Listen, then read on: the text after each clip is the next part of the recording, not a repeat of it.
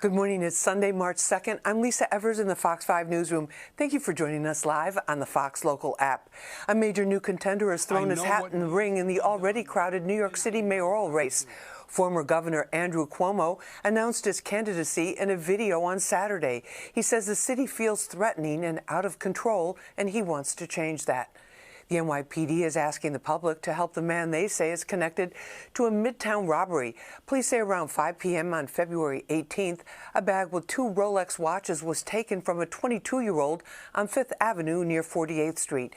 The victim was not hurt. Checking the forecast today, cold and sunny. Tonight, temps drop to the low 20s. Tomorrow, sunny and a bit warmer. Well, a battle is lighting up between New York City and Long Island. It involves the towns of Hempstead and North Hempstead, which do not allow recreational weed sales, but their neighbors, Queens, does. And as Fox 5's Jody Goldberg shows us, a weed shop has opened up right on the border. Legal pot shops popping up in Queens have neighboring towns taking action. Not in our backyard, not so close to our communities. While Nassau County opted out of the state's legal marijuana program back in 2021, New York City did not. This legislation was passed during COVID. It was forced through. We need help. According to the Office of Cannabis Management, the opt-out provision only applies within their boundaries and does not impact neighboring areas. Policies in place prevent shops from opening near schools and religious institutions, but officials introduced a bill to change that. Around every community, village, town, city that has opted out, there must be a quarter-mile buffer that allows for those communities to have the safety of the decisions they made in opting out. A handful of dispensaries are already open for business in Queens. This is another one in the works. We've chosen to protect our kids. They passed this law, and then all of a sudden the studies come out and show you the ill effects. Just to give you an idea of how close we're talking, right now I'm in Nassau County. Take a few steps across the street and this shop over here is in Queens. We are following the law. Sid Patel, manager of Green Flower Wellness, says everyone has a right to fight, but nothing is wrong with the location of his shop. We're doing everything responsibly and by the books. From cultivation to packaging to distribution and retail, all those 4 categories has been licensed through the state. Municipalities that have opted in have collected millions of dollars in cannabis revenue. In Nassau County, Long Island, Jody Goldberg, Fox 5 News. Music icon David Johansen has died. In the 1970s, his band, the New York Dolls, helped create punk music, as well as glam rock. Then in the 80s, he transformed himself into a lounge lizard known as Buster Poindexter. In 1987, his party song Hot, Hot, Hot rocked the Billboard charts. Johansen also starred in several movies, including Married to the Mob and Candy Mountain. David Johansen died after a long battle against cancer. He was 75 years old. Dramatic video of a FedEx cargo plane, its engine on fire after striking some birds. The plane was forced to make an emergency landing Saturday morning at Newark Airport. It was shut down for about 20 minutes while fire crews quickly put out the flames. There were no injuries. The NTSB is investigating. The USDA says egg prices will get worse before they get better. The cost at the grocery store continues to soar due to the bird flu outbreak. This is ruffling the feathers of consumers. Fox 5's Richard Giacova shows us how some people are hatching up a new plan to keep their fridge stocked with eggs. The tables are set and the sizzle has begun in the kitchen. Hey, like your egg, over medium? The most important meal of the day is about to be served, but for innkeepers Bill Signor and Joe Campone, they're starting to feel just a bit scrambled. We used to buy 5 dozen at a time, and they were about $30. Now, to buy 5 dozen is about $75. Bird flu has sent the cost of eggs soaring, leaving some supermarkets with empty shelves.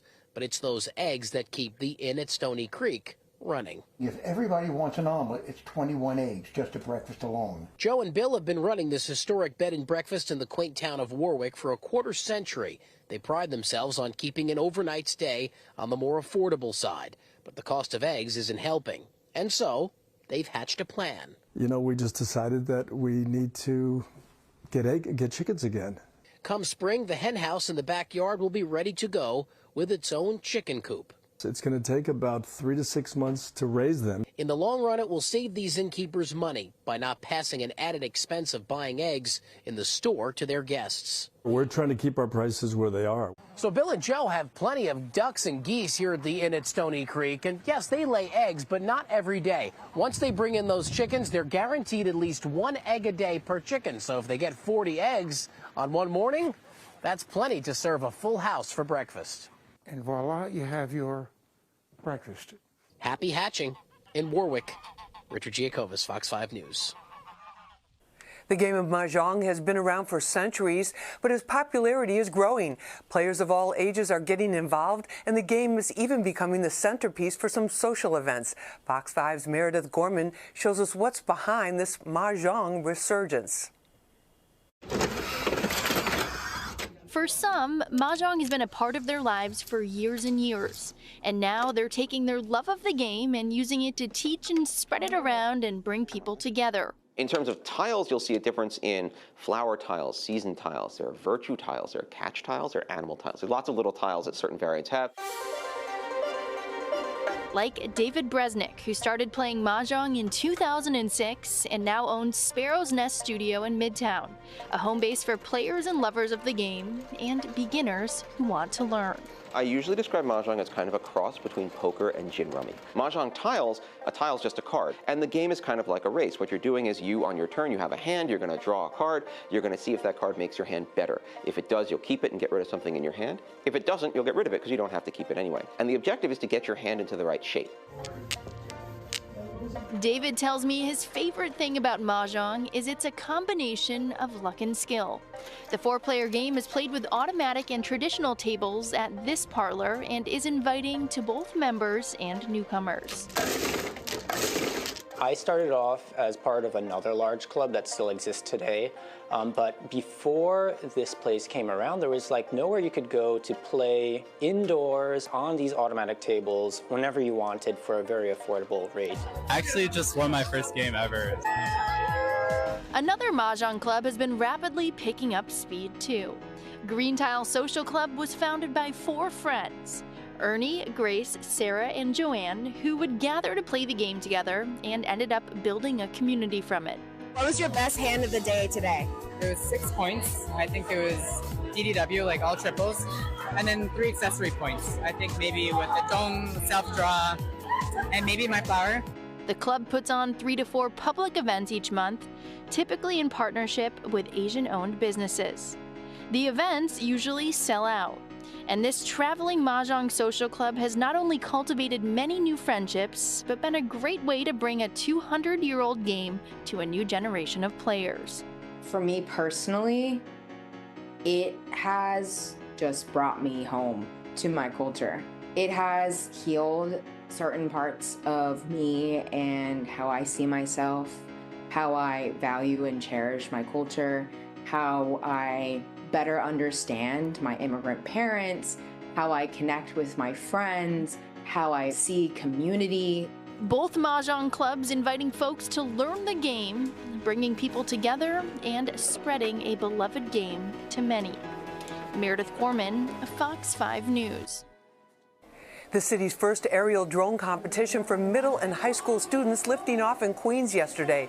100 kids showed off their drone piloting, programming, and communication skills during the tournament at Harts High School in South Ozone Park. All these kids come out and have their passion to do drones. So I find that very cool, especially because STEM is such a growing program. Drones are really fun to me, and it's nice building drones and flying them around my friends. It's very competitive, and I like to compete.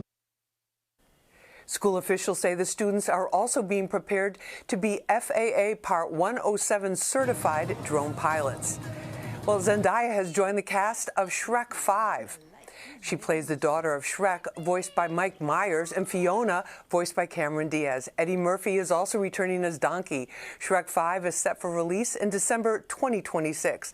A final check of the forecast. Today, cold and sunny. Tonight, temps drop to the low 20s. Tomorrow, sunny and a bit warmer. And that does it for us this morning. I'm Lisa Evers. Have a great day. And remember, Fox 5 News is always streaming here on the Fox Local app, where you can also stream our latest Street Soldiers shows.